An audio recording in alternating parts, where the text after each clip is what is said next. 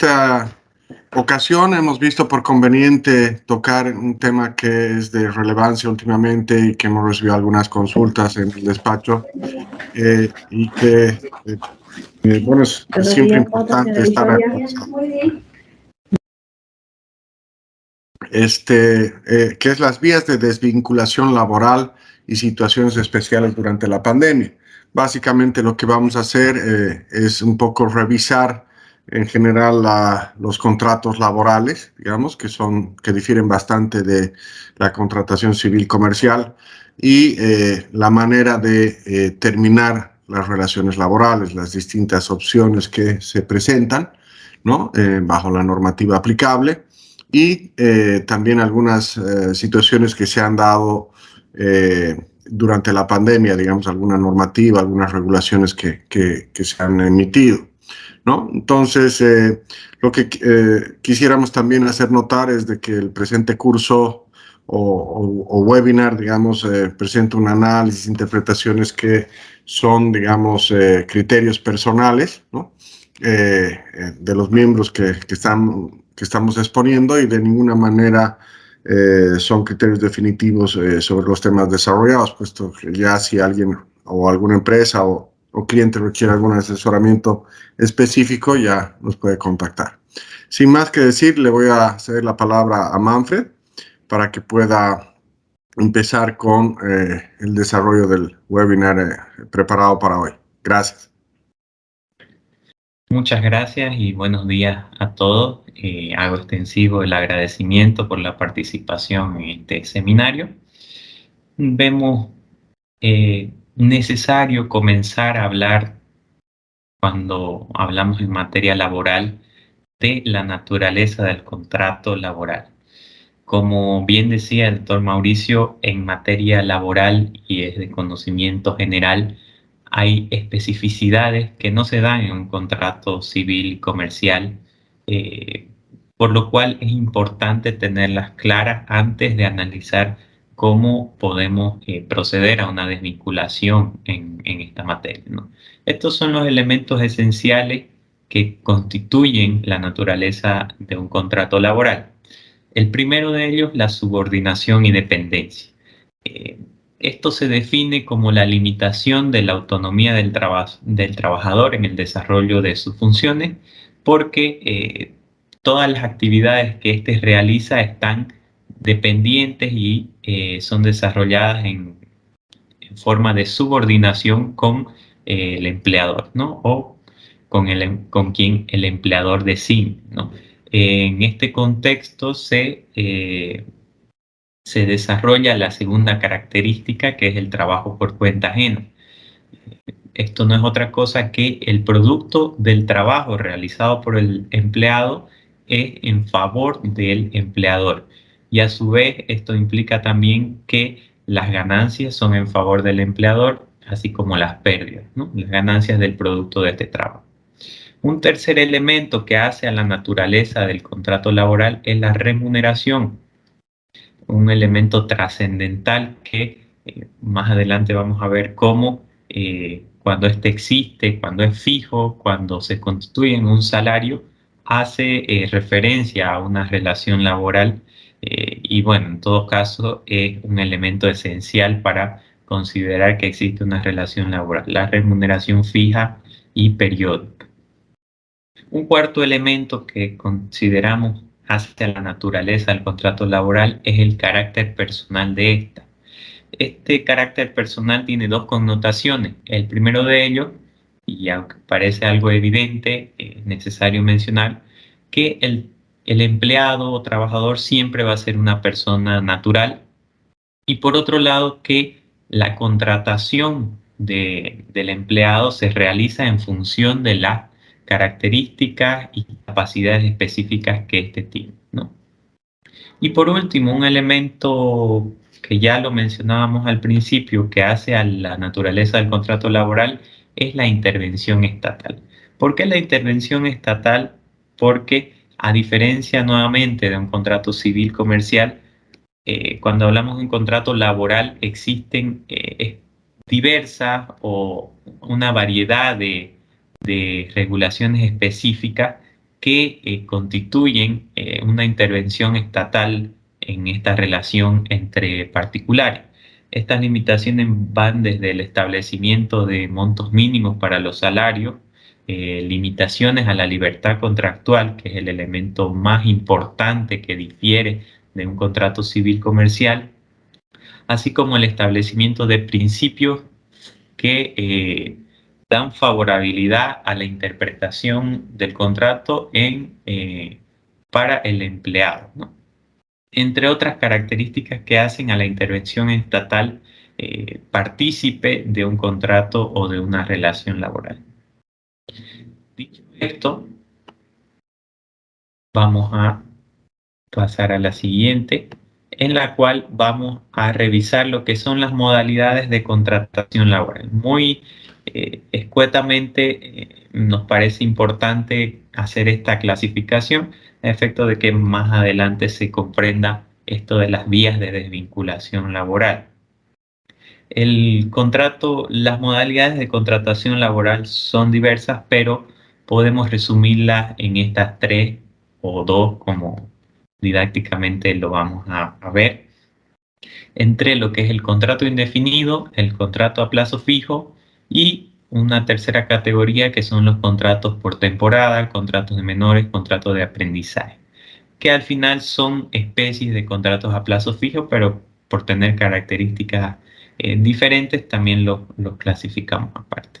El contrato indefinido, conforme a la resolución ministerial 283/62, así como el decreto ley 16/187, es el contrato por defecto. Es decir, todo contrato laboral que no indica una cosa en contrario se presume que es un contrato indefinido. De manera predeterminada y en su mayoría, los contratos laborales vienen a ser indefinidos, lo cual implica la limitación a la desvinculación, salvo las vías que vamos a ver a continuación. Una segunda categoría son los contratos a plazo fijo, que también están regulados por el decreto ley 16/178, así como la resolución administrativa 650/07 del Ministerio de Trabajo. Por decir algunos elementos que constituyen el contrato a plazo fijo, tenemos que no está permitido celebrar más de 2 contratos a plazo fijo de manera sucesiva, porque este ya va a migrar a lo que es un contrato indefinido. Tampoco está permitido que se contrate a plazo fijo para tareas propias y permanentes de la empresa. En ese sentido es importante y fundamental que una empresa que necesite realizar contratos a plazo fijo, o que en todo caso opte por esta vía por ser más conveniente, tenga claro y definido cuáles son sus tareas propias y permanentes y cuáles son tareas eventuales, de manera que al contratar a un trabajador a plazo fijo, este no intente o eventualmente no se pretenda que su contrato a plazo fijo migre a un contrato indefinido, ¿no? Eso es un elemento esencial. Como una primera recomendación en lo que va de este curso lo planteamos en ese sentido, ¿no? Una tercera categoría son los contratos por temporada, contratos de menores y contratos de aprendizaje. En los contratos por temporada tenemos el claro ejemplo del Decreto Supremo 20.25.5, el cual regula lo que son los contratos de los zafreros y de los cosechadores, que como dije anteriormente es una especie de contrato a plazo fijo, pero tiene su regulación específica, establece que no se puede terminar antes de terminar la temporada, en este caso de zafra o de cosecha, salvo por las causales establecidas por ley, que las vamos a revisar en adelante. Lo bueno es que este contrato es independiente, es decir, una vez culminada la temporada, se debe indemnizar y concluir el mismo. No existe obligación de recontratar en la siguiente temporada, en la siguiente zafra o cosecha. Y lo que sí se debe tomar en cuenta es de cumplir las obligaciones de indemnización al concluir cada temporada. El tema de los contratos de menores, que puede ser una opción también para algunas empresas. Tiene también sus limitaciones en el código niño, niña, adolescente, pero puede ser celebrado conforme al artículo 58 de la Ley General del Trabajo, eh, para menores de 14 años solo con fines de aprendizaje, y para menores entre 14 y 18 años solo en tareas que no afecten a su fuerza o a su desarrollo como adolescentes, ¿no? Y tenemos también el contrato de aprendizaje que eh, tiene su base en el artículo 28 de la Ley General del Trabajo, y es aquel en virtud al cual un empleador se obliga a enseñar un oficio o, o un, un tipo de trabajo a cambio de precisamente el trabajo que va a brindar el practicante, ¿no? Este tipo de contratos no puede exceder los 2 años. Revisado esto, tenemos que las vías, el contenido principal de este curso son las vías de desvinculación laboral, y nosotros a efectos didácticos hemos decidido encuadrar en 3 las vías de desvinculación laboral.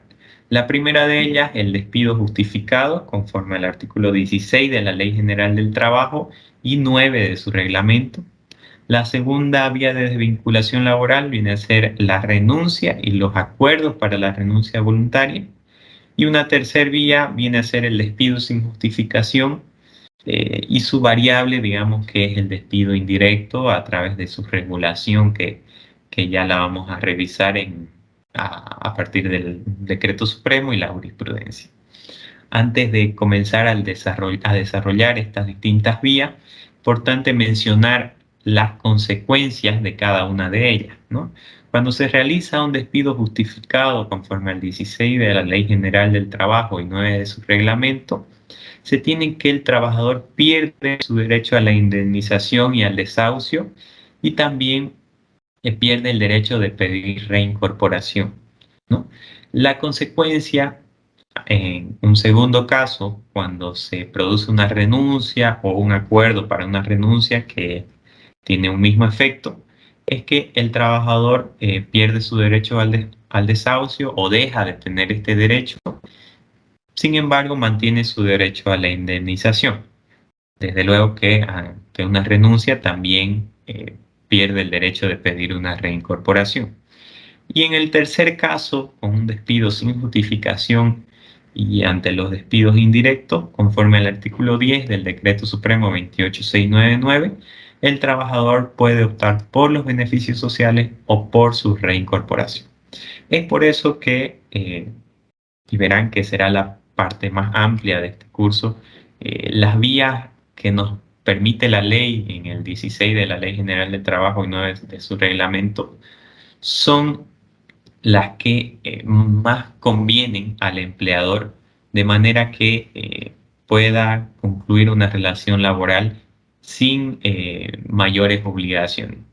Y desde luego que esta vía se pueden instrumentar solamente en casos específicos y con los criterios que establece ya la jurisprudencia, que hoy la vamos a revisar.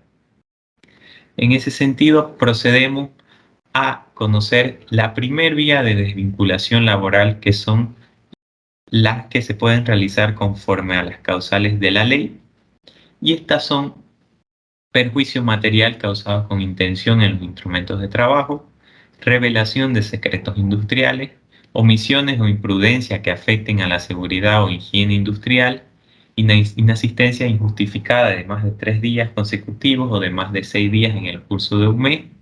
En realidad vamos a ver una apreciación específica sobre esta causal, pero todavía está vigente.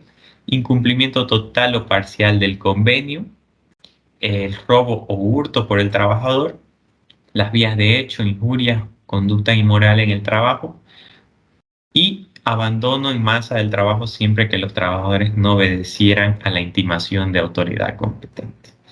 Lo que veremos a continuación son varios casos de la jurisprudencia en los que vamos a tratar de revisar los hechos y deducir las respuestas. En esta parte vamos a pedir o permitir en todo caso la participación de los participantes, valga la redundancia, para que podamos dialogar sobre estos casos y su forma de resolución.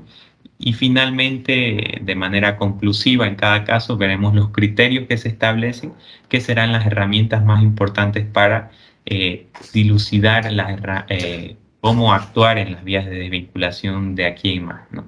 Entonces, le cedo la palabra nuevamente, doctor Mauricio, para que procedamos a la revisión del primer caso de vía de desvinculación justificada. Perfecto. Bueno, como primer caso, hemos visto por conveniente extractar un caso de un auto supremo de la jurisprudencia que hace referencia a dos causales, ¿no?, de despido justificado. La primera es el perjuicio material causado con intención en los instrumentos de trabajo y omisiones o imprudencia que afecten a la seguridad o higiene industrial, ¿no? Ahí tenemos los hechos en la presentación que hacen referencia a un bus que presta el servicio de transporte interdepartamental, donde sucede un accidente de tránsito con 41 pasajeros heridos y un fallecimiento.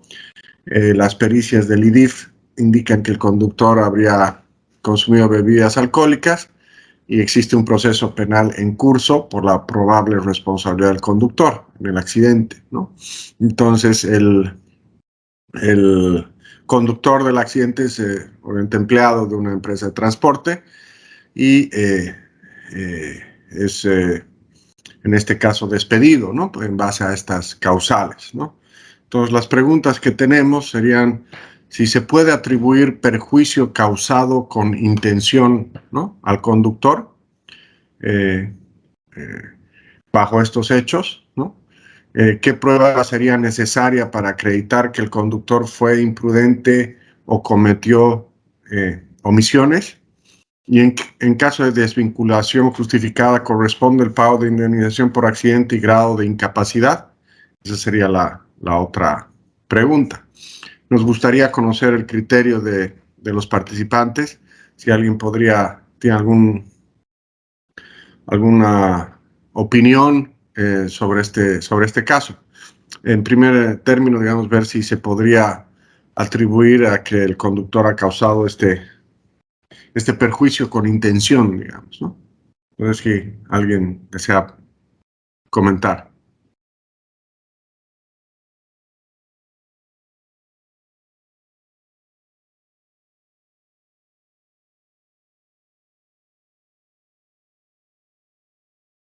Pueden habilitar su micrófono y directamente hacer el uso de la palabra.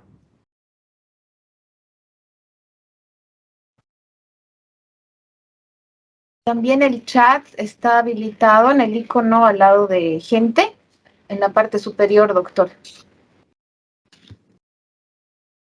Perfecto.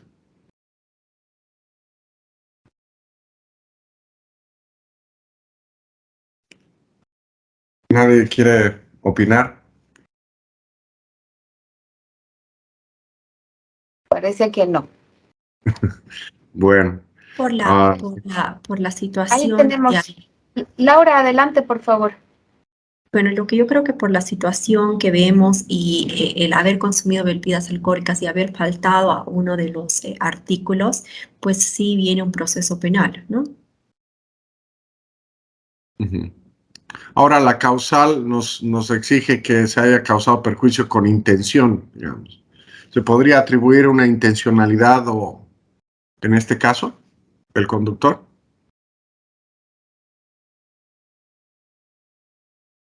Sí, creo que ha consumido bebidas alcohólicas. Y yo pienso que no hay una intencionalidad, ¿no? Porque no ha consumido bebidas alcohólicas con la intención de provocar el accidente. Correcto. Ok. Y en la segunda pregunta, ¿qué prueba sería suficiente, digamos, para acreditar que el conductor ha sido ha sido imprudente. En este caso, ¿es suficiente la pericia del IDIF, digamos?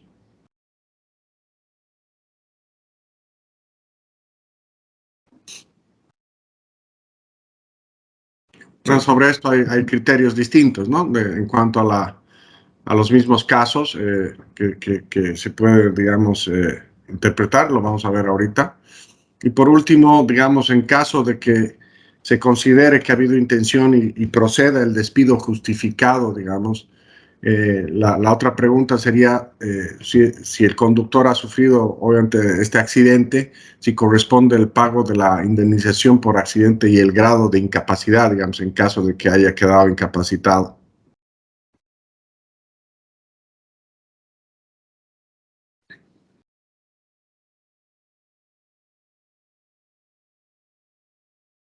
¿No? Esas serían las principales interrogantes, digamos, en este caso. Vamos a la siguiente filmina, por favor.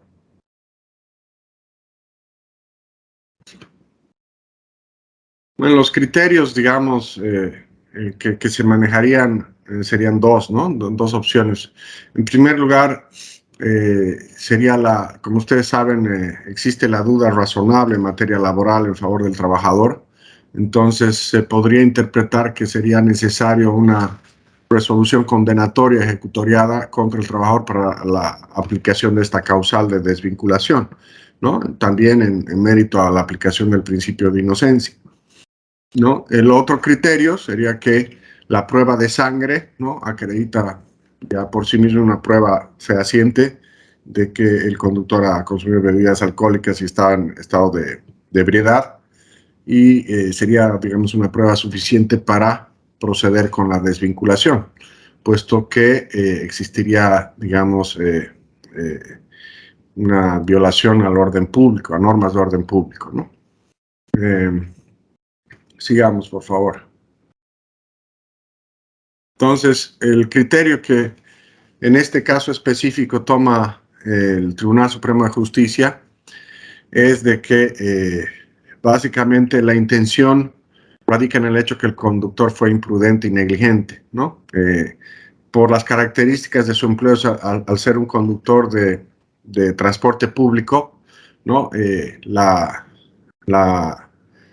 causal, digamos, de causar perjuicio con intención no se deduce solamente de la intencionalidad en sí, sino de ciertas conductas que deberían ser propias de su labor, digamos, como en este caso un chofer profesional que además tiene una labor de transportar personas, ¿no?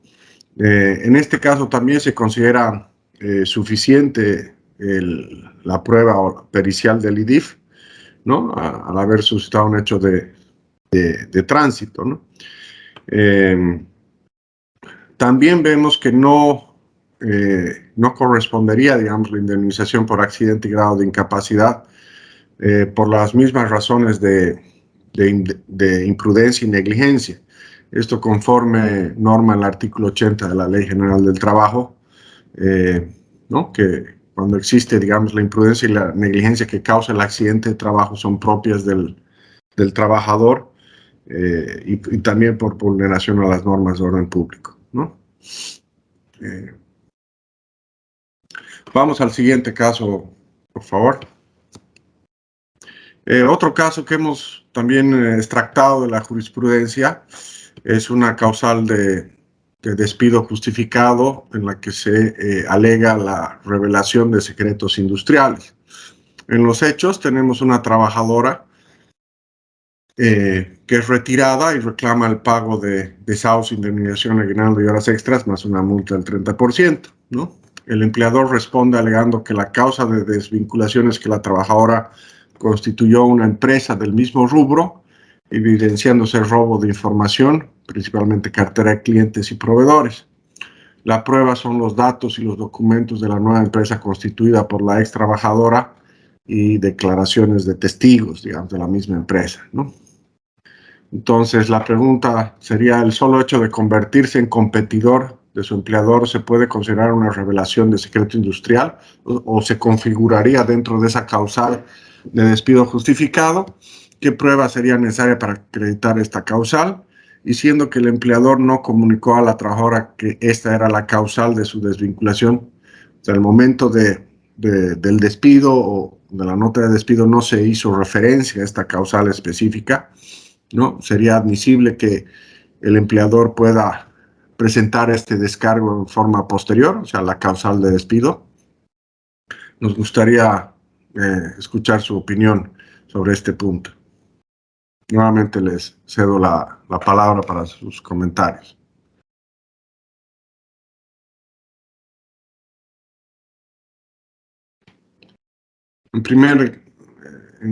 Con relación a la primera pregunta, si el constituir una empresa o convertirse en competidor ya sería una causal de despido justificado.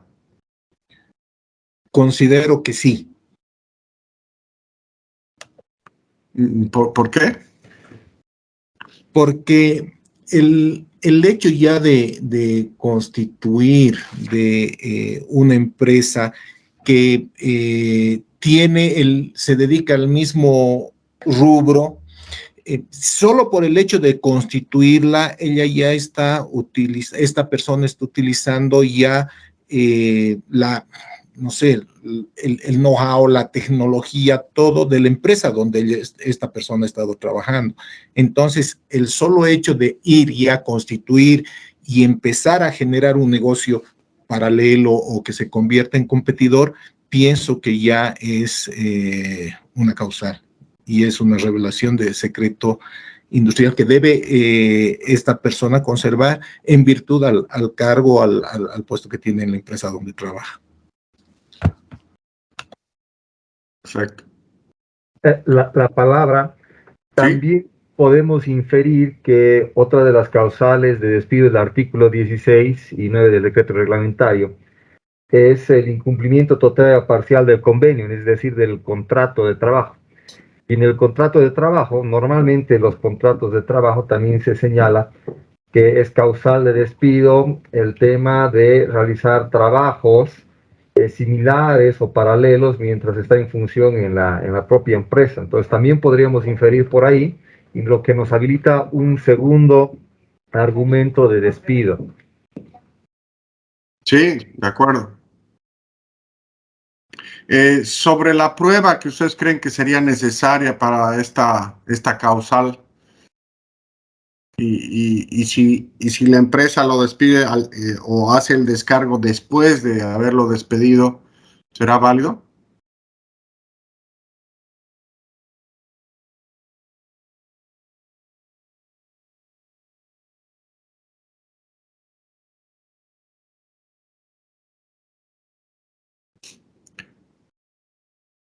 A ver, vamos a ver un poco qué nos dice la jurisprudencia. Vamos a la siguiente lámina. Con relación a los criterios vertidos, pues lo que estamos haciendo, digamos, y el propósito de estos casos no es decir qué es correcto o qué está bien y qué está mal, sino son interpretaciones posibles y un poco la línea que está tomando la jurisprudencia, ¿no? Y las cosas que pueda hacer el empleador para, en caso de que se ocurra una de estas causales, pueda, digamos, hacer la desvinculación y tener mayores, digamos, posibilidades de éxito en este caso. Un criterio posible es de que el empleador debió tomar conocimiento de la supuesta revelación de secreto industrial al momento de la desvinculación y no así en la etapa procesal. Entonces, no sería extemporáneo, digamos, la alusión de la causal y también, digamos, existiría de alguna manera la obligación de comunicar la causal de despido, ¿no?, al trabajador.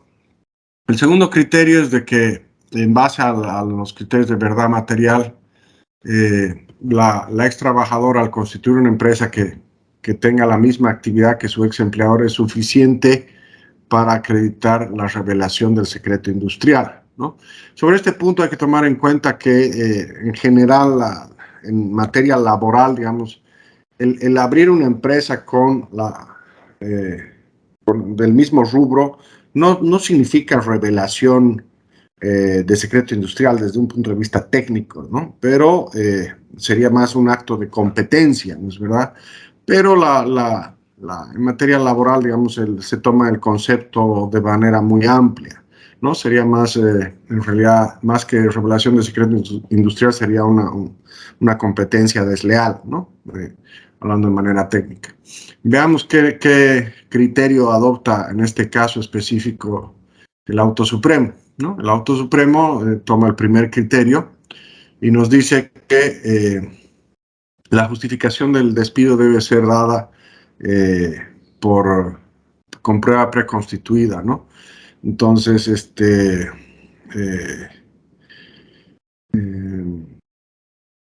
básicamente eso, o sea, debería haberse especificado en la nota de despido la causal y no descargarse después, ¿no?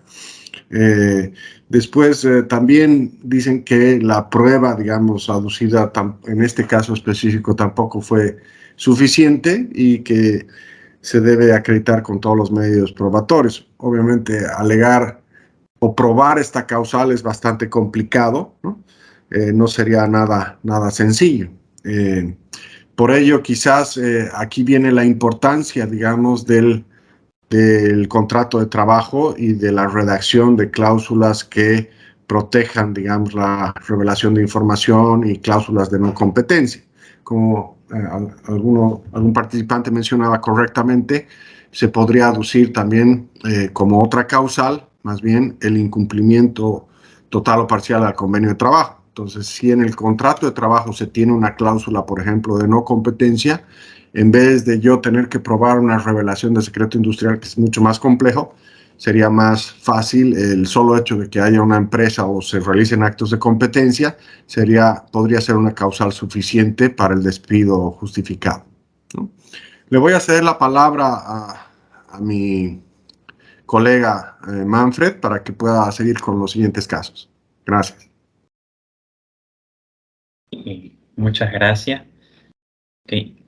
Estos dos primeros casos han sido importantes, digamos, para entender cuál es la acción que debería tomar el empleador a momento de conocer una de estas posibles causas, ¿no? Entonces, solo para complementar un detalle interesante, porque en este segundo caso se le da la razón al empleado. Sin embargo, esto no quiere decir que la causal no se configuró, sino que la forma en la que actuó el empleador no fue la correcta procesalmente o procedimentalmente, mejor dicho, para poder lograr la desvinculación justificada. Y esto es precisamente lo que buscamos de dar estos criterios para que, bueno, si a alguno de ustedes en el desarrollo de sus actividades se les presenta este tipo de situaciones, puedan identificar cómo actuar. Tenemos un tercer caso que está vinculado a la causal de despido por robo o hurto por el trabajador.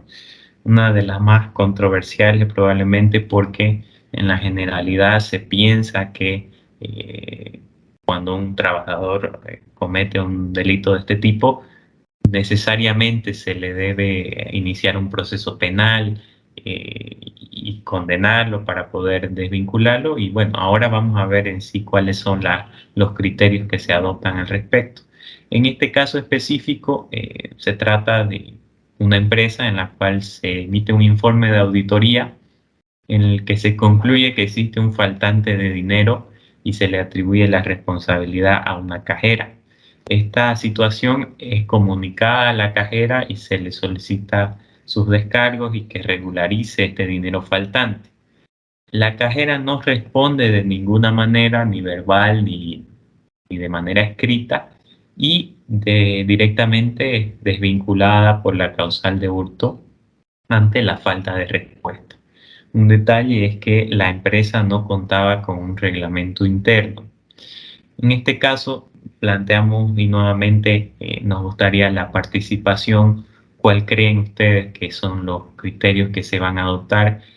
Y bueno, planteamos estas preguntas. Si ustedes creen que un informe de auditoría sería suficiente para instrumentar, digamos, este despido justificado por hurto. Otra consulta sería cuál sería el momento correcto para ejecutar el despido justificado por hurto y qué otras acciones son necesarias para ejecutar el despido justificado por hurto. Me gustaría conocer, digamos, qué harían ustedes. Seguramente hay personas de recursos humanos, personas del área legal, de alguna empresa o abogados. ¿Qué harían ustedes ante una situación como esta? ¿Cuál sería el accionar? Y ahora veremos si esto está justificado o estaría correcto conforme a la jurisprudencia que nos brinda criterios más claros al respecto.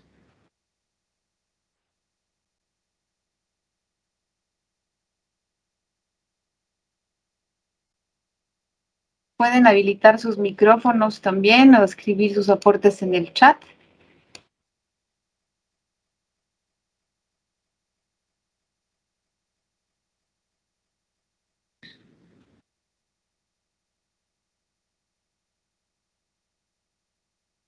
Me parece que alguien está intentando responder o no. Creo que no. Podemos seguir, por favor, Manfred. De todas formas, adelante. Perdón, nuevamente participando acá con la intención de ir despejando dudas, ¿no? Claro que Primero, el informe de auditoría considero que no es suficiente para el despido justificado por hurto. Segundo, ¿cuál sería el momento correcto para ejecutar el despido justificado por hurto? Considero que es habiendo realizado la denuncia con una imputación formal por el delito. ¿Qué otras acciones son necesarias para ejecutar el despido justificado por hurto?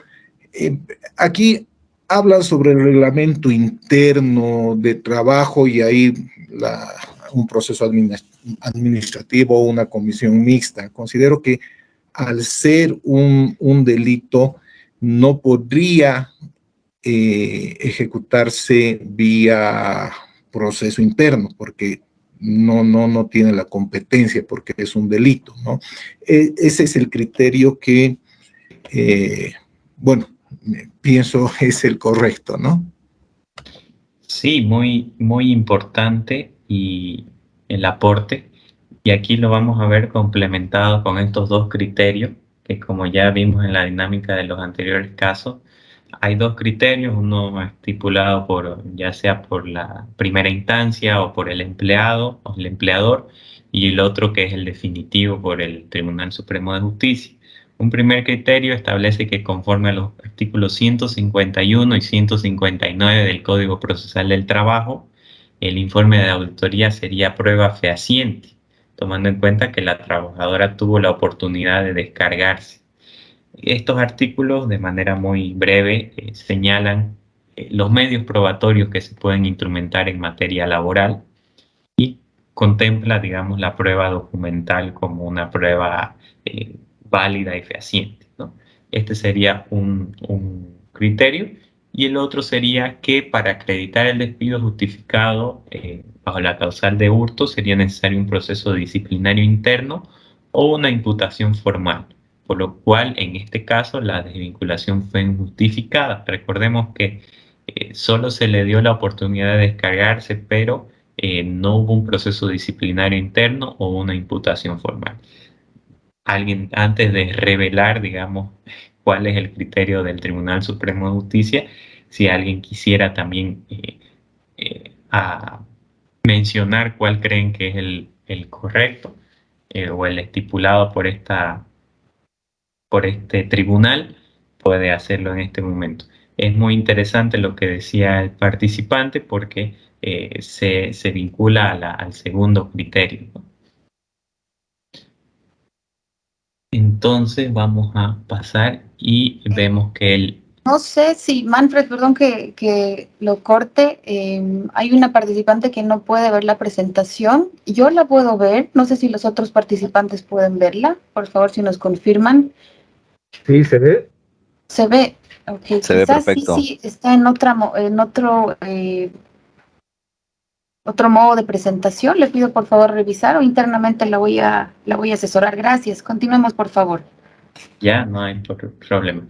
Entonces, como ya habíamos mostrado, vemos que el segundo criterio vendría a ser el considerado por el Tribunal Supremo de Justicia.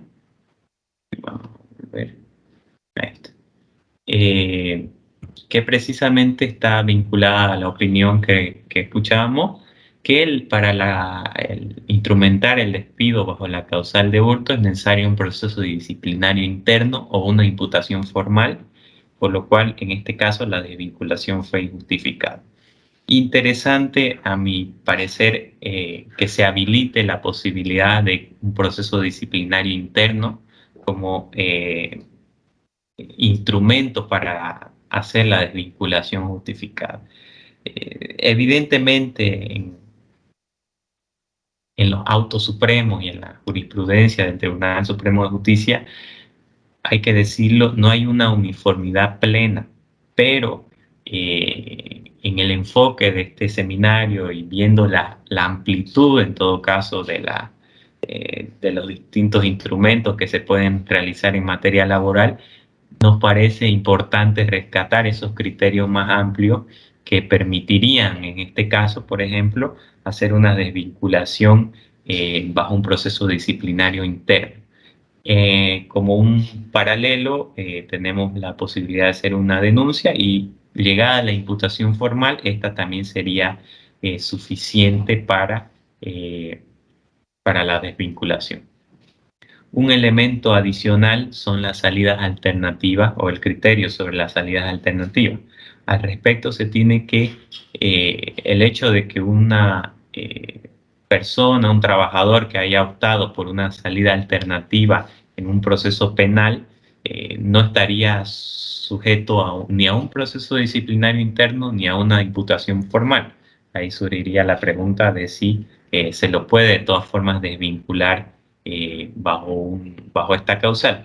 Y la respuesta es que sí, porque se tiene que las salidas alternativas no eximen de la responsabilidad y de esta causal de despido justificado, ¿no?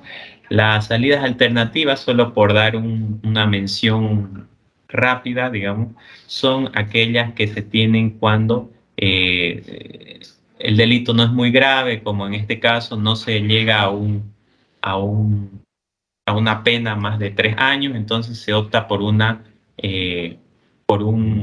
perdón judicial, una suspensión condicional del proceso, que es una especie de sentencia, pero no se tiene la sanción de privación de libertad. En ese caso, importante dejarlo claro, eso no exime de la responsabilidad y de la causal de despido justificado. Dicho esto, vamos por el siguiente caso. En este caso tenemos el incumplimiento total o parcial del contrato de trabajo o del reglamento interno de la empresa. Esto puede que sea esta la causal más amplia que prevé la Ley General del Trabajo y su reglamento para los despidos, ¿no? Vamos a pasar a revisar los hechos que señalan lo siguiente. Hay una trabajadora que recibe 3 memorándum de llamada de atención por incumplimiento de sus deberes y obligaciones en el trabajo. Posteriormente recibe memorándum de despido con el antecedente de un proceso sumario informativo. Se acredita esto con testigos, documentos y confesión provocada por el incumplimiento de las obligaciones de la trabajadora. Entonces, solo un detalle, un proceso sumario informativo, viene esto de la naturaleza de la disciplina militar, ¿no? Un proceso sumario informativo no es otra cosa que un informe que se emite o emite un comité disciplinario cuando hay un hecho flagrante, ¿no? Una especie de un hecho flagrante. Entonces se emite este informe y se procede con la sanción inmediata. En este caso, esta empresa instrumentó este tipo de acción con ese informe o proceso sumario informativo, procedió al despido por incumplimiento de contrato y acreditó esto ya en un proceso con testigos, documentos, confesión provocada. Tenemos estas preguntas para si alguien desea participar, ¿cuál sería la posibilidad de instrumentar el despido por incumplimiento de contrato? Creo que es la pregunta que todos queremos responder. ¿Qué mecanismos son necesarios para, de manera previa al despido por incumplimiento de contrato? Y a efectos de instrumentar el despido por esta causal, ¿se debe tomar en cuenta la gravedad del incumplimiento o basta con evidenciarse un incumplimiento? No sé si a alguien le gustaría participar, sobre todo de esta última pregunta. De las primeras dos, digamos, vamos a tener los criterios claros, y también de la tercera, pero de esta última, si a alguien le gustaría aventurarse a decir si es necesaria tomar en cuenta la gravedad o no del incumplimiento para instrumentar esta causal de despido.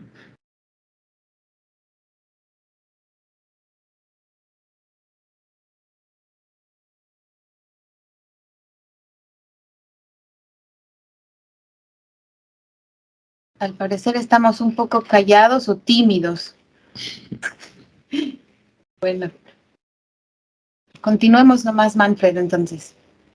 Ok, tal vez en esta segunda parte, cuando veamos los dos criterios, alguien puede estar de acuerdo con uno o con otro.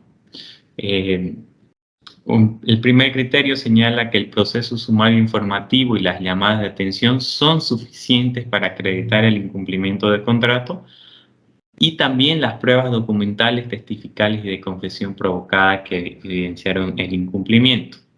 Un segundo criterio es que la trabajadora debió tener la oportunidad de defenderse y desvirtuar los aspectos que son la base de su desvinculación, por lo cual el despido no estaría debidamente justificado.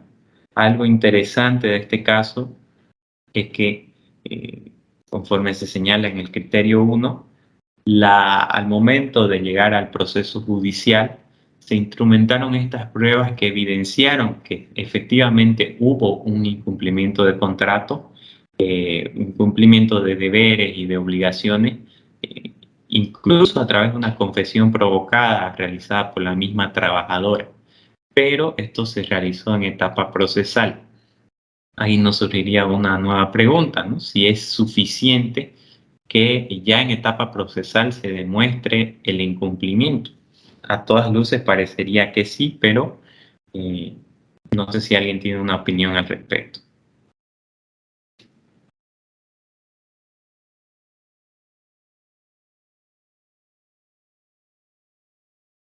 Ok, lo cierto es que este primer criterio era el alegado por el empleador, ¿no? Y el definitivo fue el dispuesto en el segundo criterio, que por el Tribunal Supremo de Justicia, que estableció que la trabajadora debía tener la oportunidad de asumir defensa y desvirtuar los aspectos que fueron la supuesta base de su despido.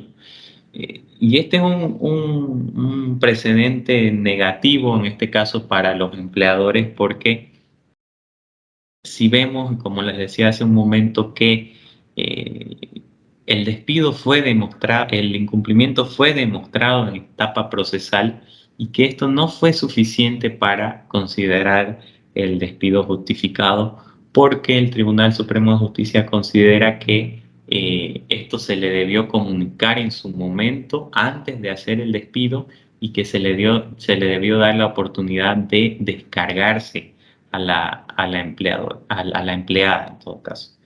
Entonces, esto nos da otra luz para la instrumentación del despido justificado por incumplimiento de contrato o de reglamento, y nos hace notar que en etapa procesal, en etapa judicial, las autoridades no revisan, digamos, el fondo, por lo menos en este caso nos los deja ver así, de la causal, sino más bien si esta fue instrumentada correctamente. Es decir, eso es lo que se revisa antes que otra cosa, ¿no? Entonces hay otros criterios que son importantes tomar en cuenta, y es que los empleadores tienen potestad disciplinaria que emerge del contrato laboral. Es un elemento establecido por el Auto Supremo hoy revisado, y nos da lugar a entender que sí existe esta potestad disciplinaria que da lugar a los reglamentos, a los manuales de funciones, que, como vamos a ver más adelante, son herramientas que ayudan en todo caso cuando se quiera instrumentar esta causal. Lo más claro de este caso y de los anteriores también creo que es una conclusión que sacamos de todos los casos, es que los trabajadores deben conocer de qué se los acusa y las pruebas que existen de esas acusaciones para poder defenderse antes del despido. Y que esto debe realizarse en un proceso interno con garantía. ¿Qué implica un proceso interno con garantía? Que se respete el derecho a la defensa, el derecho al debido proceso, a una especie de comité disciplinario que exista previamente al hecho, que si bien estos son elementos de orden procesal, y en un caso como este que no va a la vía penal, digamos, este incumplimiento, de todas maneras se ha establecido que el Tribunal Supremo de Justicia y las autoridades judiciales pueden revisar incluso si el proceso interno fue realizado debidamente y si el trabajador tuvo la oportunidad realmente de defenderse, ¿no? Otro elemento es que para el despido por incumplimiento de contrato, y esto viene a ser lo más importante que es la respuesta a una de las preguntas que planteábamos, se debe ponderar la existencia de proporcionalidad entre la falta del trabajador y la sanción. ¿Qué es esto? Que un incumplimiento por sí mismo, es decir, la causal es bien amplia, puede haber un incumplimiento por llegar tarde un día a trabajar, pero ya el Tribunal Supremo de Justicia establece el criterio que este incumplimiento debe ser grave y debe ser proporcional a lo que significa una sanción de desvinculación de desvinculación laboral, ¿no? Porque sabemos, se entiende en todo caso que la desvinculación laboral viene a ser la sanción máxima en el marco de una relación laboral. Entonces, al ser esta la sanción máxima, el incumplimiento debe ser proporcional, ¿no? Como decía, este incumplimiento debe estar investido de gravedad. Otro elemento es que el despido por incumplimiento de contrato debe ser inmediato al hecho, previa comprobación de veracidad de lo que se acusa, ¿no? Del incumplimiento que se acusa, ¿no? De lo contrario, se entenderán por culpadas las faltas, señala este auto supremo. Esto nos lleva a resumir que el despido justificado por incumplimiento del contrato debe cumplir dos principios esenciales: el de actualidad y el de proporcionalidad. El de actualidad, que debe hacerse inmediatamente conocido el incumplimiento, documentado, justificado y comprobado, y de proporcionalidad, siempre que el incumplimiento invista gravedad y sea merecido, que este incumplimiento merezca la desvinculación. Entonces, dicho esto, nos ha parecido que son los criterios más importantes que permiten a los empleadores instrumentar estas causales cuando se presenten naturalmente, e instrumentarlas correctamente, porque más allá de que la ley las permita, hemos visto y evidenciado que cuando existe error en el procedimiento para instrumentarlas, de todas maneras puede ser que las autoridades judiciales le den la razón de todas formas al empleado, ¿no? Entonces, planteados estos casos, revisados estos criterios, vamos a pasar a la segunda vía de desvinculación laboral, para lo cual cedo nuevamente la palabra al doctor Mauricio, que, como vimos al principio, la primera vía son las causales establecidas por ley. En una segunda vía tendremos la renuncia y los acuerdos para la renuncia, que veremos cuáles son los criterios que se debe aplicar a estos casos. Perfecto. Bueno, esta resulta la más fácil y también quizás la mejor vía de desvinculación laboral, ¿no? Es que la renuncia del trabajador, en la que se presume al menos de que existe, la relación es terminada en buenos términos por ambos, tanto empleador como trabajador.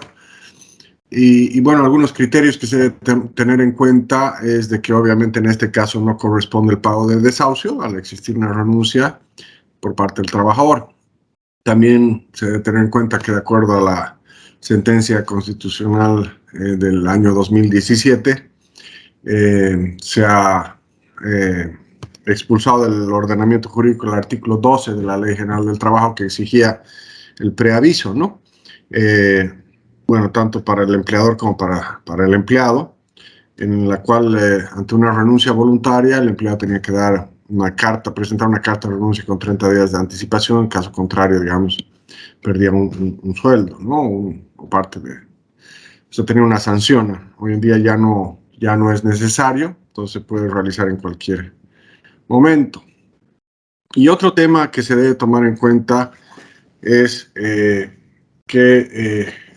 en muchos casos, como ustedes saben, y han debido tener experiencias, en realidad, digamos, bajo la renuncia, digamos, es un poco acordada, digamos, en algunos casos. Puede haber, por ejemplo, una causal de despido justificado, dentro de las causales que hemos visto y examinado hace un momento, pero, digamos, por conveniencia entre partes, se insta, digamos, al trabajador a presentar una renuncia voluntaria, con lo cual, digamos, se evita, digamos, que salga bajo una causal de despido justificado y hacer todo un proceso, digamos, administrativo o incluso judicial o penal, ¿no?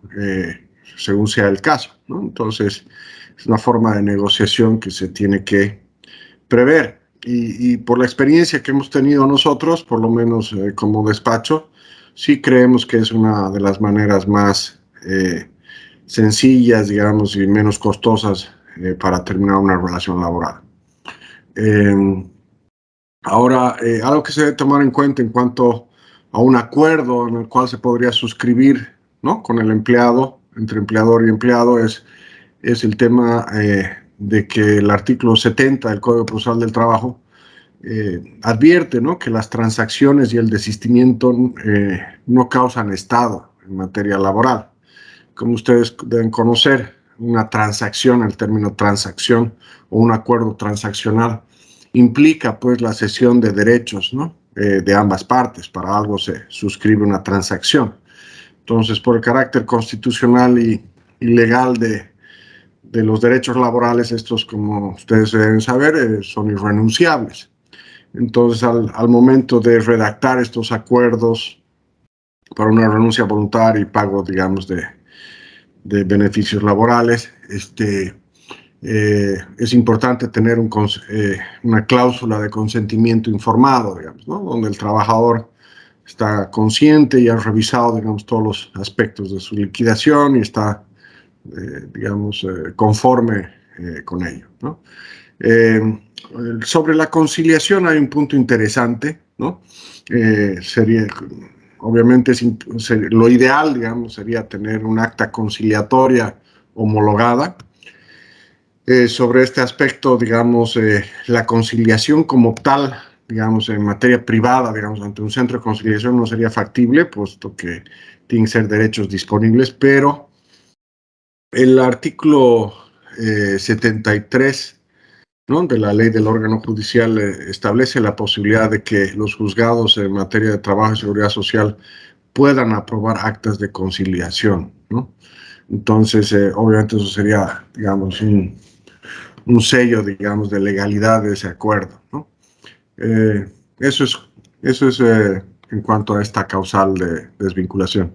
Le vuelvo a dar la palabra a Manfred para que sigamos con la exposición. Gracias. Bueno, entonces, una tercera vía de desvinculación, recapitulando, tenemos las establecidas en la Ley General del Trabajo, tenemos la renuncia voluntaria y los acuerdos para las renuncias que deben para los cuales se deben tomar en cuenta los criterios ya mencionados, y tenemos una tercera vía que es el despido sin justificación y el despido indirecto. Importante mencionar porque la generalidad de la sociedad entiende que en Bolivia no se puede despedir sin justificación. Lo cierto es que sí se puede despedir sin justificación, pero el trabajador tiene la opción de optar por el pago de beneficios sociales o por su reincorporación cuando, como lo vimos al principio, ¿no? Esto establecido por el artículo 10 del Decreto Supremo 28699. Y sin embargo, nuevamente hablando un poco de la experiencia, vemos que no en todos los casos el trabajador va a optar por su reincorporación. Si la prioridad de la empresa, y hay un acuerdo en buenos términos, es terminar con la relación laboral, se puede optar por el pago de los beneficios sociales y terminar en un despido sin justificación. Ahora bien, surge esta situación del despido indirecto, que es como una variable del despido sin justificación, que ya está establecida por la normativa y regulada por la jurisprudencia, sobre la cual vamos a hacer un poco de énfasis. El artículo 3770 es aquel que establece que está prohibida la rebaja de sueldo porque esta se considera una modalidad de desvinculación indirecta, ¿no? Entonces, algo que se debe tomar en cuenta al momento del desarrollo, la ejecución de las distintas relaciones laborales. La rebaja de sueldo también se va matizando esto en la jurisprudencia, en el Acto Supremo 880 de 2015. Vemos que también se habla no solo ya de la rebaja de sueldo, generalmente la rebaja de sueldo va acompañada de la modificación desfavorable de condiciones. En este caso específico, lo que se habla es de una modificación de horario, se habla de un traslado del trabajador, y en este caso efectivamente ya la jurisprudencia lo considera como un despido indirecto, el hecho de modificarle las condiciones laborales de manera desfavorable al trabajador. Esto no se puede considerar así, o mejor dicho, vamos a ver a continuación cómo evitar que se considere de esta manera, ¿no? Y una tercera vía que también, una tercera causal que también se considera ahora, conforme a la jurisprudencia, un despido indirecto, es el acoso laboral. Ahora bien, el acoso laboral y el acoso en sus diferentes formas tiene tintes penales. Sin embargo,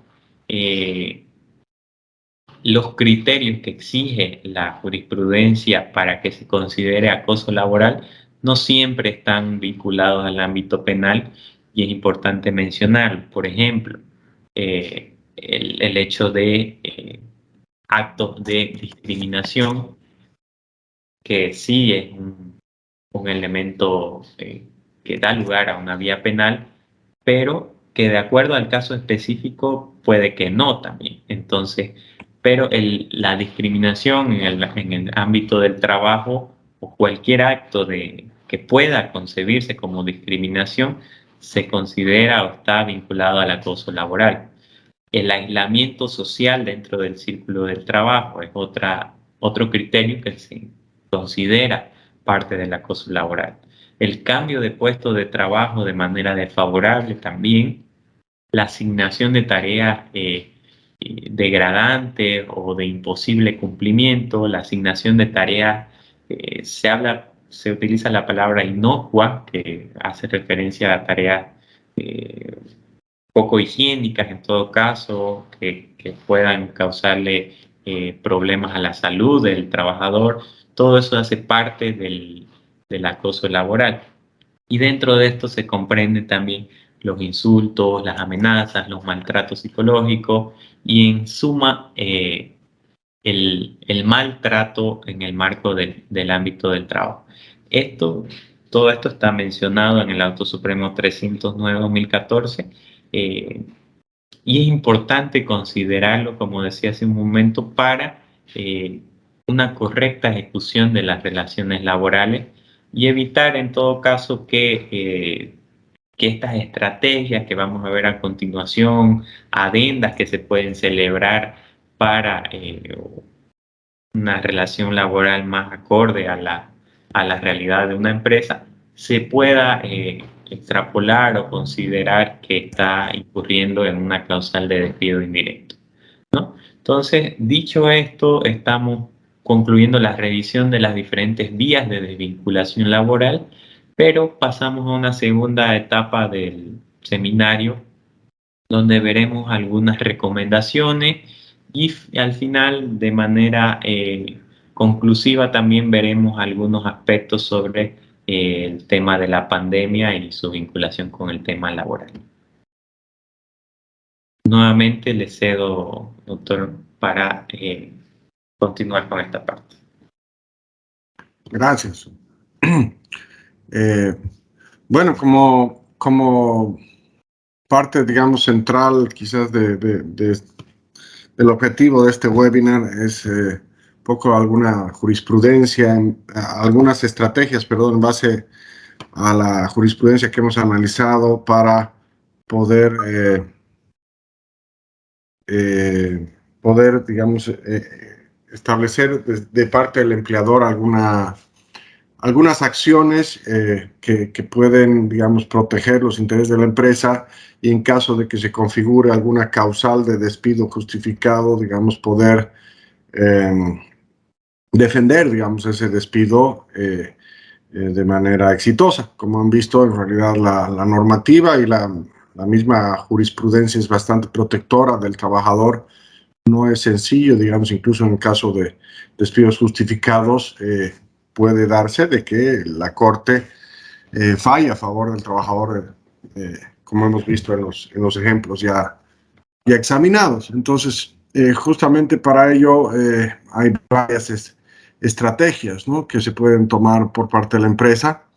Una de las principales, yo diría, es la importancia, digamos, del contrato de trabajo. Como ustedes saben, el contrato de trabajo puede ser escrito o verbal, el contrato laboral, pero es importante tener un contrato escrito de trabajo que tenga ciertas cláusulas, digamos, que puede ser de interés del empleador. Por ejemplo, la posibilidad de relocalizar a otras ciudades, localidades o departamentos, sea para la apertura de oficinas o oficinas ya existentes, el poner acuerdos de no competencia, ¿no?, por un tiempo determinado, ¿no? Tampoco se podría poner un acuerdo de competencia, digamos, indefinido. Creo que no sería muy legal por un tema de derecho al trabajo, digamos, ¿no? Acuerdos de confidencialidad, ¿no?, de uso de la información, cláusulas de rendimiento mínimo. En algunos puestos de trabajo es más sencillo, digamos, que en otros, poner algunos objetivos o algunas metas, digamos, mínimas que deberían ser cumplidas, ¿no? Generalmente en el área comercial esto es mucho más sencillo que en otras áreas, digamos, ¿no? El poder establecer, hemos visto también la importancia de contar con un reglamento interno. Como ustedes saben, reglamento interno es obligatorio a partir de cierto número de trabajadores, pero la verdad es que es aconsejable en todas las empresas, ¿no? Porque en muchos casos, para la causal de despido justificado, si no se cuenta con un reglamento interno de la empresa, entonces no tendríamos un marco de acción para un proceso interno disciplinario o administrativo, ¿no? Entonces tendría que ser necesariamente un proceso judicial, sea penal, sea civil o de cualquier tipo, ¿no? Entonces como ustedes saben, la justicia ordinaria es bastante lenta y podría, digamos, en el caso de despido justificado, podría, digamos, hasta que se compruebe la comisión de un hecho, podría tomar bastante tiempo. Entonces, el reglamento interno realmente es una herramienta y un documento laboral muy importante para toda empresa. Y más allá, también debe contener, digamos, y debe ser realizado por abogados especialistas en materia contractual y de estatutos, ¿no? Porque debe contener una clara descripción de las faltas, sanciones, debe contener un procedimiento interno disciplinario con las etapas de un procedimiento sancionador, inicio, descargos, prueba, resolución, si es posible tener una etapa de impugnación, ¿no? Las sanciones también deben ser graduales, desde una amonestación hasta el despido justificado. Entre las faltas, digamos, graves que pueden dar lugar al despido justificado, como bien decía Manfred, digamos, si una persona llega tarde un día, no podría ser, digamos, una causal válida, digamos, de despido justificado, por más que esa causal esté en su contrato de trabajo, digamos, ¿no? Porque por un tema de gravedad, ¿no? Entonces, temas que hemos visto que comúnmente se ponen en los reglamentos internos es cometer delitos en el ejercicio de las actividades, insultar o agredir a sus compañeros de trabajo o superiores, presentarse en el lugar de trabajo en estado de ebriedad, ejecutar actos lesivos o contrarios al código de ética, haber tenido, digamos, sentencia o sanciones por parte de la justicia ordinaria que puedan, digamos, dañar la imagen o buen nombre de la empresa, ejecutar amenazas o intimidaciones que afecten la integridad sexual o autodeterminación sexual de otros trabajadores o clientes, etcétera, ¿no? O sea, hay varios temas que se pueden ver. Otro tema importante también para poder evaluar, obviamente, el desempeño de un empleado y ver las, digamos, que ayuda en general al desempeño de la empresa, diría yo, es tener un manual de funciones, ¿no? Esto es definir el perfil de cada cargo, las funciones esenciales, los conocimientos y requisitos que se requieren para cada cargo. Ahí se podrá poner las competencias funcionales, individuales, los conocimientos básicos, el propósito del cargo, lo cual ayuda también bastante al empleado, ¿no? A poder conocer qué es lo que se espera de él, digamos, ¿no? Dentro de las funciones de la empresa. Por último, también tenemos otro instrumento dentro de los documentos de la empresa, que sería el código de ética, ¿no? El código de ética, no todas las empresas lo tienen, pero también resulta un documento importante que puede ser útil en los casos de despido justificado, como bien veíamos. Generalmente, digamos, este código de ética va a regular, digamos, el comportamiento ético de los funcionarios y colaboradores de la empresa en su relacionamiento con otros funcionarios y con terceros, ¿no? Entonces ahí se va a ver el tema, como han de ver en algunas empresas, digamos, políticas con relación a regalos, gratificaciones, eventos, cómo se debe manejar el conflicto de intereses, que ese es un punto también bastante importante, ¿no? Para las empresas, en caso de que un empleado, digamos, tenga algún conflicto de intereses o se presente algún conflicto de intereses.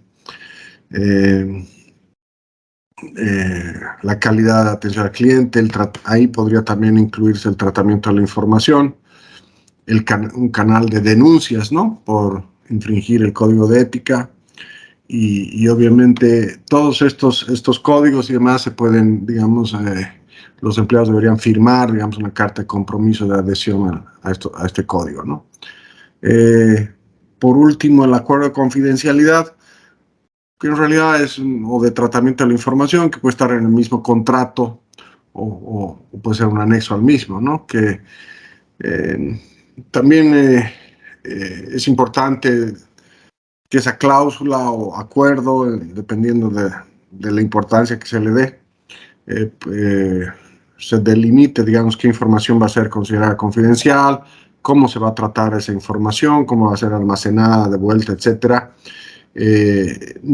Quizás lo más importante son los usos, ¿no? De los medios de comunicación de la empresa, el correo electrónico. Hoy en día, como ustedes saben, tenemos varios medios de comunicación, ¿no? Entonces el correo electrónico, WhatsApp, video, etcétera, ¿no? Entonces, políticas de uso de la información de la empresa y los canales de comunicación. Por último, también se puede establecer algunos sistemas objetivos de medición del rendimiento y algunas disposiciones especiales para cargos de confianza. Pues esos puntos le voy a ceder la palabra a Manfred. Ok, sí. Un favor, Manfred. Doctor, hay dos consultas que estaban relacionadas a la anterior diapositiva. No sé si las podemos responder para seguir conectados o prefieren responder las preguntas al final. Quizás al final, ¿no? Perfecto. Seguimos entonces. Gracias. Ok, sí, para concluir esta parte de las recomendaciones para la ejecución de cláusulas y obligaciones estratégicas, vinculado a lo ya dicho, se pueden contemplar reglamentos, manuales y diversas cláusulas en el contrato de trabajo. Está lo tan controversial que es el tema del bajo desempeño. De entrada, la jurisprudencia va a decir que no existe la desvinculación por bajo desempeño porque no es una causal establecida por ley. Sin embargo, puede esta situación vincularse con el tema del incumplimiento, ¿no? Entonces, para ello, lo que se recomienda es contar con sistemas de rendimiento, sistemas de mediciones de rendimiento, lo cual generalmente está vinculado con los cargos de confianza, por eso son los dos últimos aspectos, que son aquellos que tienen más responsabilidad, que son aquellos que tienen mayores metas y objetivos.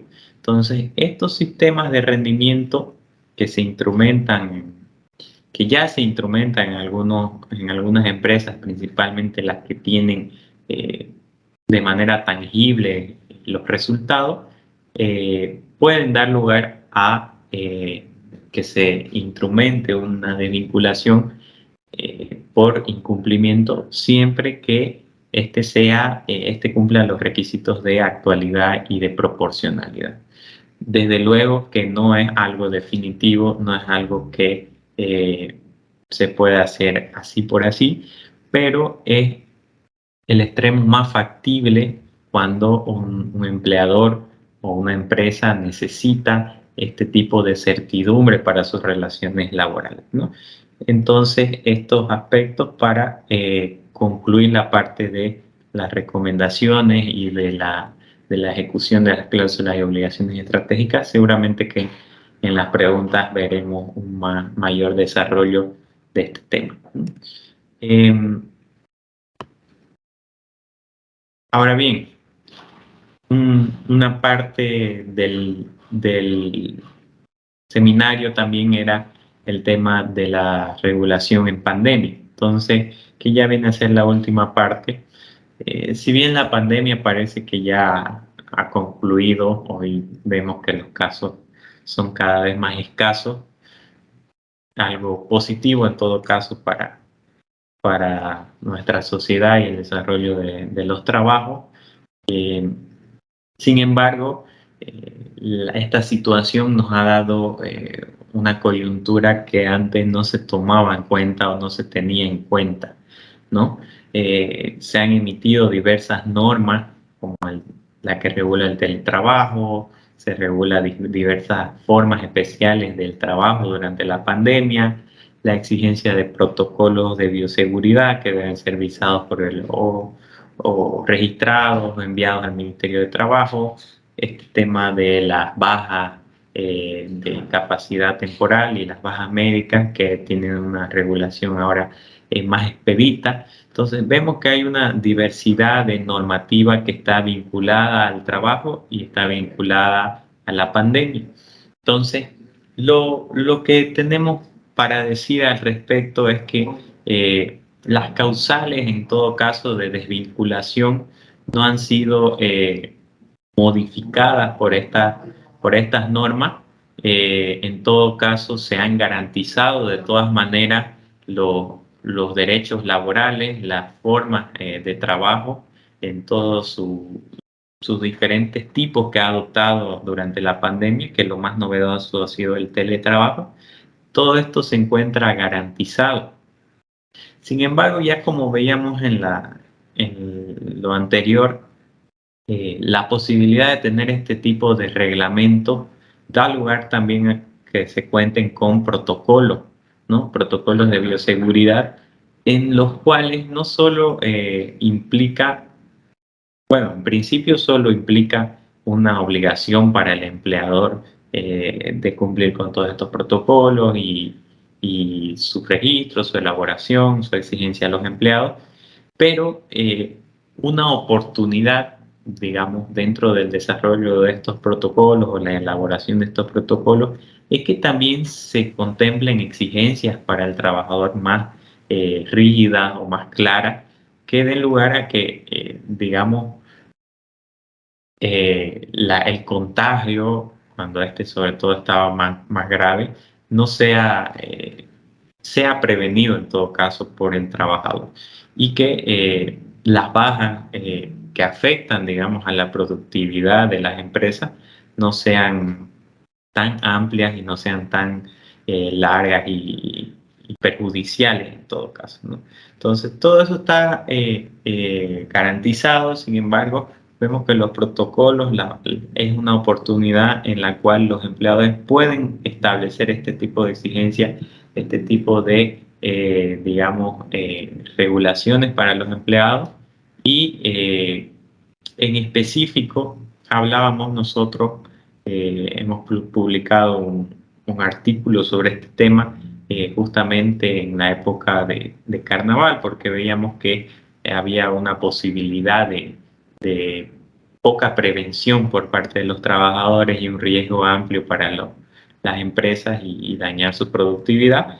Y hacemos un análisis sobre la posibilidad de que los empleadores puedan exigir, por ejemplo, la vacunación, puedan exigir las pruebas COVID, pruebas negativas del COVID-19 y en sí otro tipo de acuerdos para la prevención. Tenemos que los decretos supremos 4640 y 4641 han introducido la obligación de contar con carnet de vacunación para todos los ciudadanos en sí, no solo para los trabajadores.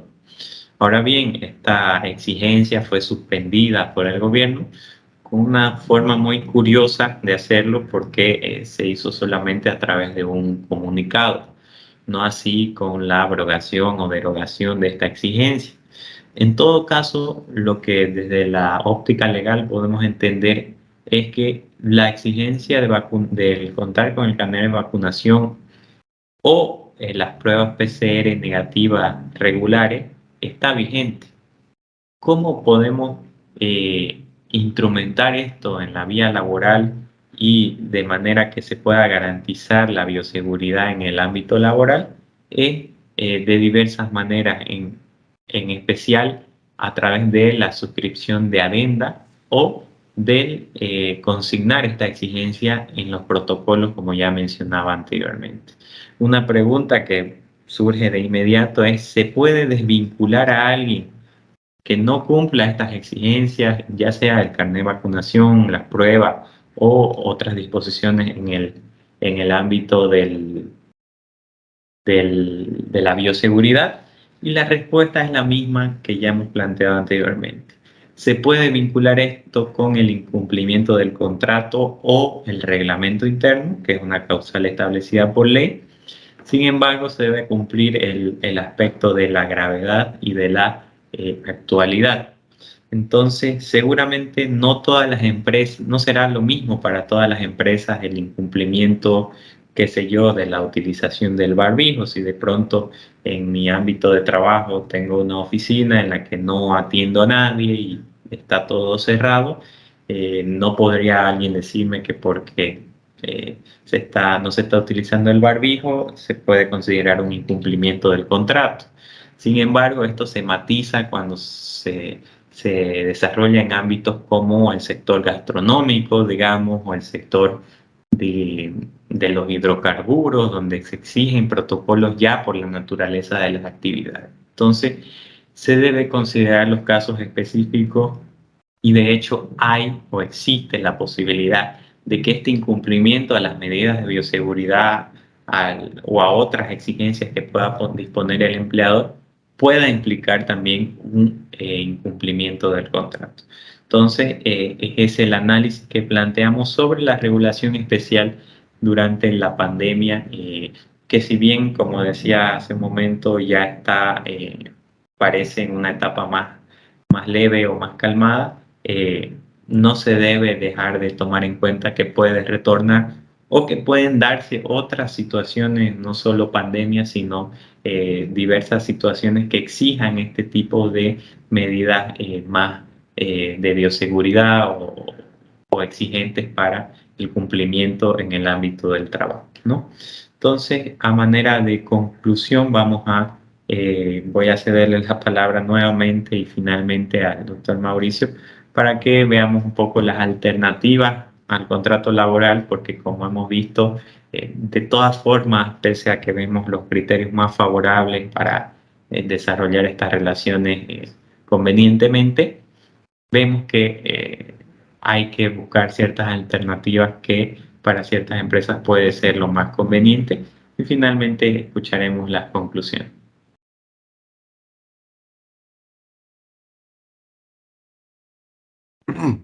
Perfecto. Gracias, querido Manfred. Sí, bueno, como una, con el objeto de presentar algunas alternativas, digamos, al contrato laboral, surge, digamos, quizás la necesidad de las empresas de optimizar y ser también eficientes en sus contrataciones, y dentro de eso se puede tener otras opciones, ¿no? Al contrato laboral. Obviamente se pueden terciarizar ciertos servicios y se puede tener ciertos contratos, digamos, que cuando no son claves o inherentes a la labor, digamos, que se desempeña en una empresa, se puede tener algunos contratos de servicios, ¿no?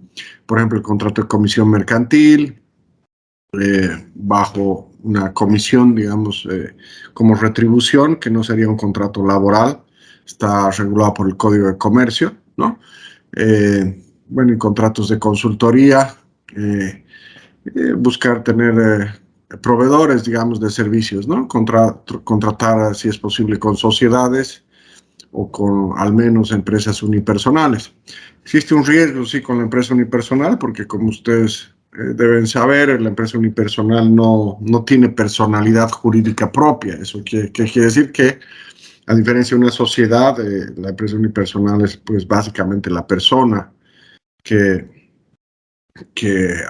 digamos, pone un capital para un emprendimiento, digamos, ¿no? Entonces, si esa persona no está asegurada, no tiene una contabilidad y no está asegurada, digamos, no tiene AFP, no tiene caja de salud, o sea, podría ser considerado bajo alguna interpretación un empleado, ¿no? Entonces, básicamente eso. La siguiente lámina, por favor. Entonces, frente a esto tenemos algunos contratos que se pueden, digamos, suscribir. Y dentro de esos contratos, en estos contratos de servicios, poner cláusulas de no relación laboral, de que toda obligación de aportes a pensiones sea del contratado, exigir obviamente factura, que no existe una relación de subordinación y dependencia, etcétera, ¿no? Y bueno, también hay el tema de los consultores, que como ustedes deben conocer, existe toda una normativa de pensiones que exige que el consultor que entra bajo esta normativa tenga que, aparte de la factura, presentar su aporte, ¿no? A las AFPs, lo cual hace un poco encarece, digamos, el costo del servicio, ¿no? Porque el consultor va a tener que presentar su aporte a las AFPs más la factura por el contrato. Entonces, en algunos casos va a ser necesario de esa manera si no existe una sociedad o una empresa con la que se contrate, o si esa persona no está afiliada, como les decía, a la Caja de Salud y a AFPs. Y en otros casos, para servicios muy concretos, la misma normativa de pensiones nos menciona en qué casos aplica y no aplica, digamos, registro y aportes para contratos específicos. Entonces, algunos de los requisitos es de que, por ejemplo, si la remuneración acordada en un contrato es por comisión o por porcentaje, no aplica, digamos, la regulación de consultores ni el aporte al SIP. Si ese servicio, digamos, está para que aplique, digamos, el pago de aportes, el servicio debe ser prestado por al menos 20 días dentro de un mes, ¿no? Entonces, por ejemplo, si uno tiene un contrato de 16 a 14 o 15 del siguiente mes, digamos, un contrato de un mes, teóricamente no aplicaría, digamos, el aporte de pensiones, ¿no?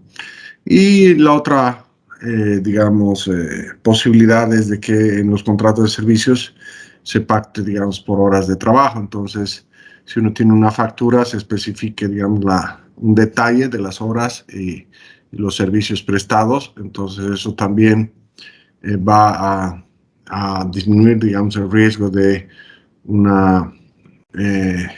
de que, digamos, se tenga que pagar aportes a las AFPs o de que incluso fruto de una fiscalización se tenga algún riesgo por este tema.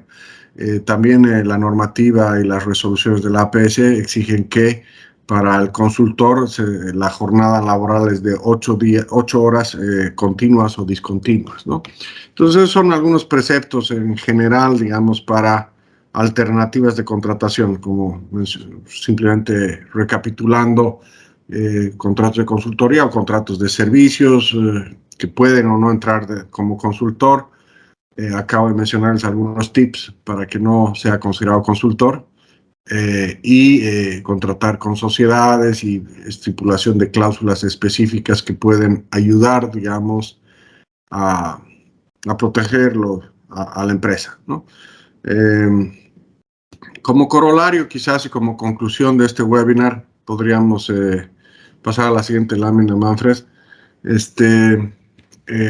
Bueno, creo que hemos podido ver que el contrato laboral es, pues, esencial, ¿no? en la actividad de toda empresa. El capital humano es la parte más importante, el activo, perdón, más importante de toda empresa.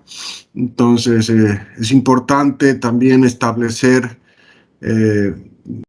ciertos documentos, contratos, lineamientos para poder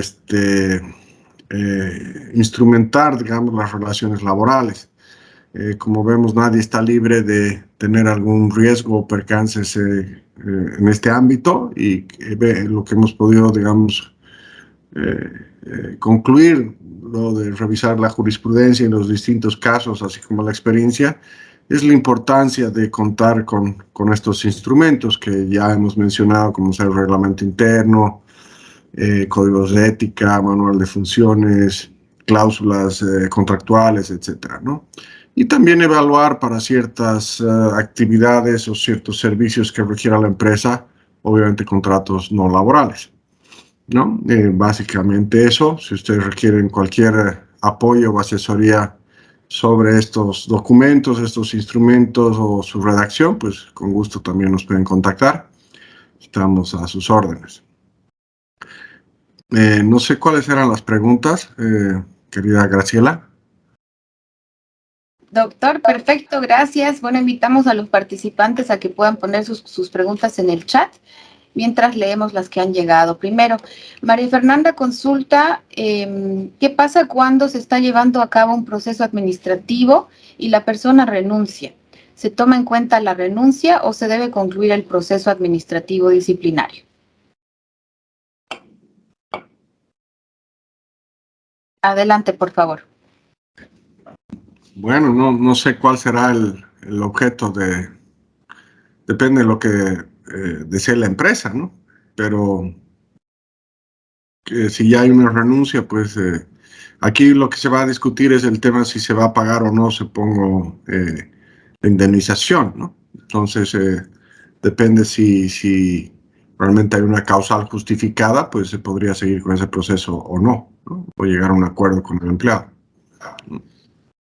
Sí, yo coincido. En este caso se liberaría el tema de la reincorporación con la renuncia, es decir, el trabajador ya no tendría esa opción. Y para el tema de los beneficios sociales sí sería importante concluir el proceso administrativo, que si en caso salga en contra o desfavorable del trabajador, pues perderá estos beneficios, ¿no? Perfecto, muchas gracias. Y la siguiente consulta nos dice: actualmente el Ministerio de Trabajo ya no está aprobando reglamentos internos de trabajo. ¿Esta medida cambió para nuevas empresas? Sí, Eso es cierto, el Ministerio de Trabajo no está aprobando o revisando reglamentos internos conforme a una resolución emitida en el 2009, si no me equivoco, pero eso no limita que las empresas puedan elaborar sus reglamentos y en realidad existe un decreto supremo de 1943 bajo el cual se pueden elaborar manuales de función.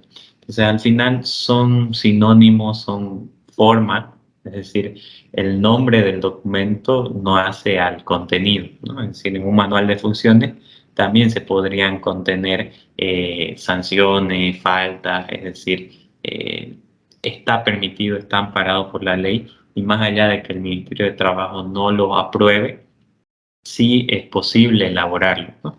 Ahora bien, desde luego que estos reglamentos no deberán vulnerar, digamos, los derechos laborales ni ninguna otra disposición de renuncia de derechos laborales, ¿no? Veo que pregunta también relativo a cómo utilizar uno ya aprobado. En esencia, un reglamento ya aprobado no tiene ningún problema para utilizarse, mucho más, o sea, tiene mucho más fuerza incluso porque ya ha sido aprobado por el Ministerio de Trabajo. Y la recomendación en todo caso para la operativa de estos reglamentos sería que en el contrato laboral se lo consigne, si bien no todo el documento, sí se establezca que la existencia de este documento, ya sea en un anexo o poner las disposiciones más importantes dentro de este contrato, pero naturalmente un reglamento, un manual va a ser amplio, entonces poner como un anexo, pero al consignarse dentro del contrato y mencionárselo, es una forma importante o efectiva seguramente para que este sea válido de utilizar. Muchas gracias, Manfred. Hemos respondido a la consulta de María René también. Entonces, seguimos. ¿Qué opinas sobre conformar un comité paritario para las desvinculaciones?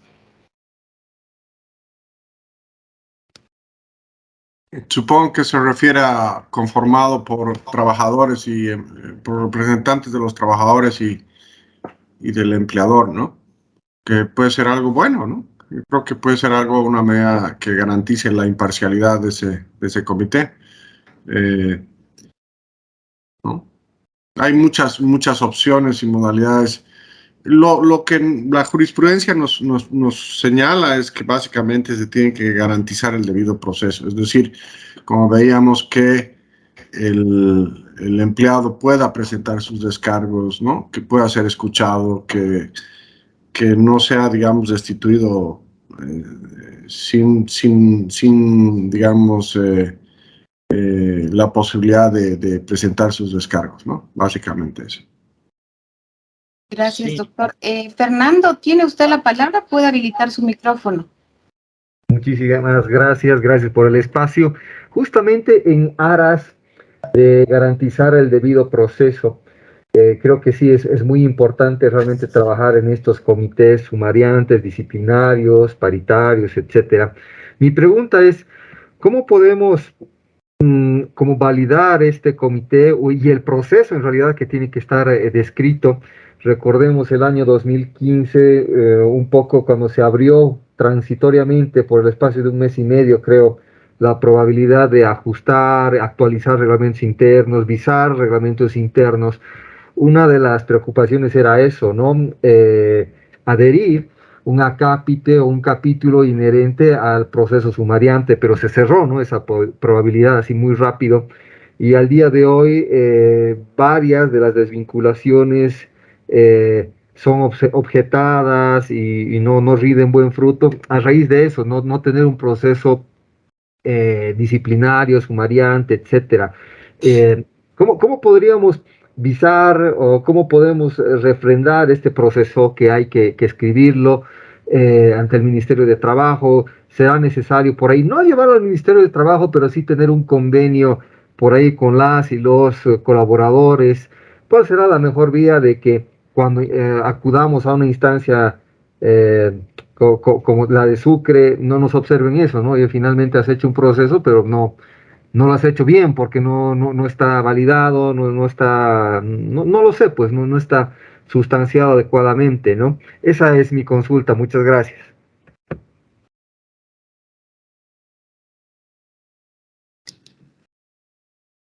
Gracias, Fernando, por la consulta. Adelante con la respuesta, por favor, doctores. Sí, en el mismo sentido mencionado anteriormente, efectivamente el Ministerio de Trabajo no va a validar, digamos, o registrar estos o visar estos reglamentos porque ya hay una norma que así lo establece. Sin embargo, es importante identificar el contenido de lo que es el debido proceso. Entonces, la elaboración de un documento como este debe estar a cargo de alguien que comprenda el contenido del debido proceso, que en pocas palabras es el derecho a la defensa, es decir, que el trabajador pueda descargarse, pueda defenderse, tener derecho a probar lo que vaya a decir, y que precisamente quien esté encargado de dictar la resolución, la sanción, lo que fuera, esté constituido previamente al hecho, ¿no? Entonces, seguramente esa es la deficiencia más grande que existe para instrumentar este tipo de desvinculaciones por procesos internos, porque muy pocas empresas ya lo tienen así, o por el hecho de que el Ministerio de Trabajo no lo visa, prefieren no hacerlo. Sin embargo, es válido y totalmente aceptable que una empresa constituya este tipo de comité disciplinario con base a la base, pues, de este proceso va a ser el manual. Como he dicho anteriormente, en el manual se puede consignar estas disposiciones, sea en el contrato también. Entonces, hay diversas posibilidades y amparado en la jurisprudencia que más bien cada vez que se quiere instrumentar estas desvinculaciones hace referencia a los procesos internos y a los procesos internos disciplinarios, al derecho a la defensa. Entonces, esa posibilidad está clara y está plena. El elemento esencial es el debido proceso. Para eso se tiene que tener el proceso de manera previa y quien vaya a dictar la sanción o resolución también de manera previa. Esa sugerencia del comité paritario es muy importante, me parece esencial. Estos convenios también que pueden celebrarse de manera colectiva con los trabajadores, que cierto tipo de trabajadores sean parte de estos comités disciplinarios y de quienes emitirán las sanciones. Entonces, hay diversos instrumentos que lo importante es mencionar que el hecho de que el Ministerio de Trabajo no vise estos contratos, estos reglamentos y demás, no es un limitante, no es un problema en todo caso.